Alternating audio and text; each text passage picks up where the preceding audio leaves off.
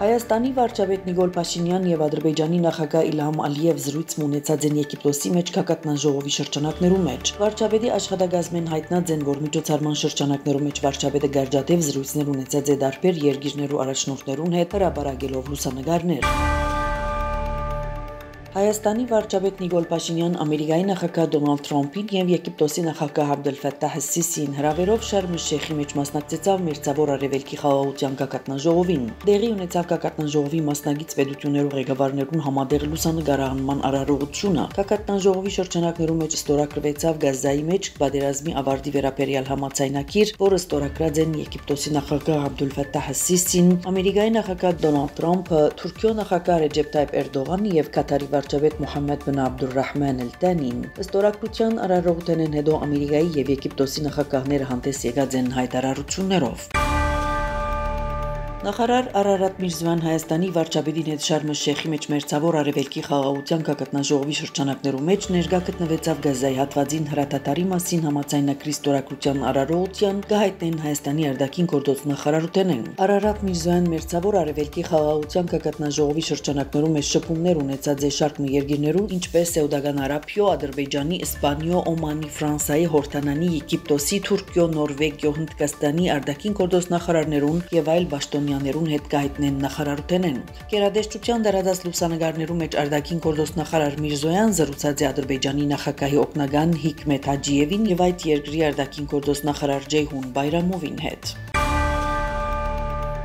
Միացյալ Նահանգները, Թուրքիան, Կատարը եւ Եգիպտոսը կգարձեն, որ Մերձավոր Արևելքի մեջ հետագա անհամաձայնությունները պետք է լուծվին բացառապես դիվանագիտական միջոցներով, ըսված է հռչակագիրին մեջ, որը հրապարակվեցավ 13 հոկտեմբերին Սպիտակ տան գայքի մեջ։ Փաստաթուղթի մեջ նշված է, որ այն ստորագրող պետությունները բարդավոր են լուծելու աբակավեճերը դիվանագիտական միջամտության եւ բանակցություններու, այլ ոչ թե ուժի կամ երկարադեպ հագամարտության միջոցով նշված է հռչակագրի մեջ։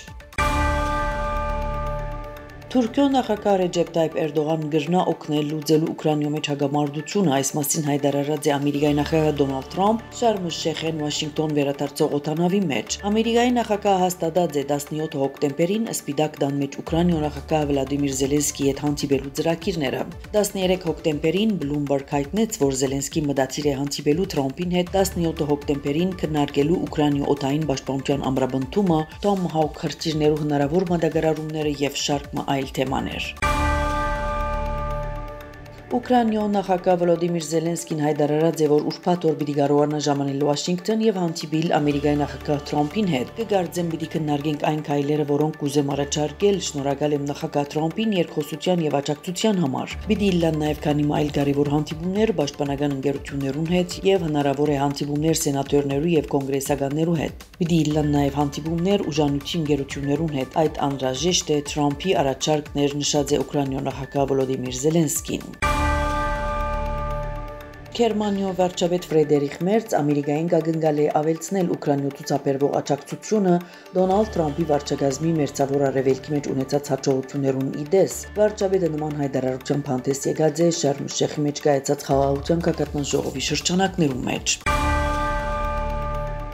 Չինաստան բաց է բանակցություններու համար, սակայն Վաշինգտոնի գործողությունները փոխգործակցության առումով կհամարի սխալ, հայտարարած է Չինաստանի արևդուրի նախարարությունը։ Ըստ երկրի արևդուրի նախարարության Բեյջինգի դիրքորոշումը Վաշինգտոնի հետ արևդրային պատերազմի վերաբերյալ անփոփոխ կմնա։ Եթե գուզեք բայկարիլ, մենք կբայկարինք մինչև վերջ, եթե գուզեք բանակցիլ, մեր թուրը բաց կմնա, ասաց է նախարարության խոսնակը։ Պաշտոնյան նշած է, որ Միացյալ Նահանգները չի կրնար երկխոսության գոչ ընել եւ միաժամանակ սպառնալ նոր սահմանապահումներ մտցնելով։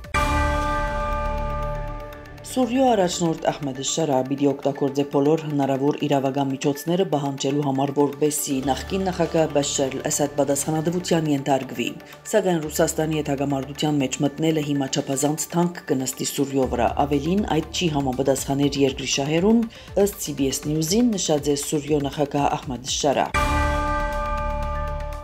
Բաշար al-Ասադ Ռուսաստան կգտնվի մարդասիրական թրթաբաճարներն ելնելով, ըսած է Ռուսաստանի արտաքին գործոստ նախարար Սերգեյ Լավրով, ավելցնելով, որ Ասադ մայրաքաղաք Մոսկվայի մեջ ապրելու հետ կապված խնդիրներ չունի, թունավորման մասին լուրերն ալ իրականության չեն համապատասխաներ, ընդգծած է Լավրով Մոսկվայի մեջ արաբական երկիրներու լրագրողներուն հետ հանդիպման ժամանակ։ Ցեզի հետ էր Անի Զեյթունցյանը։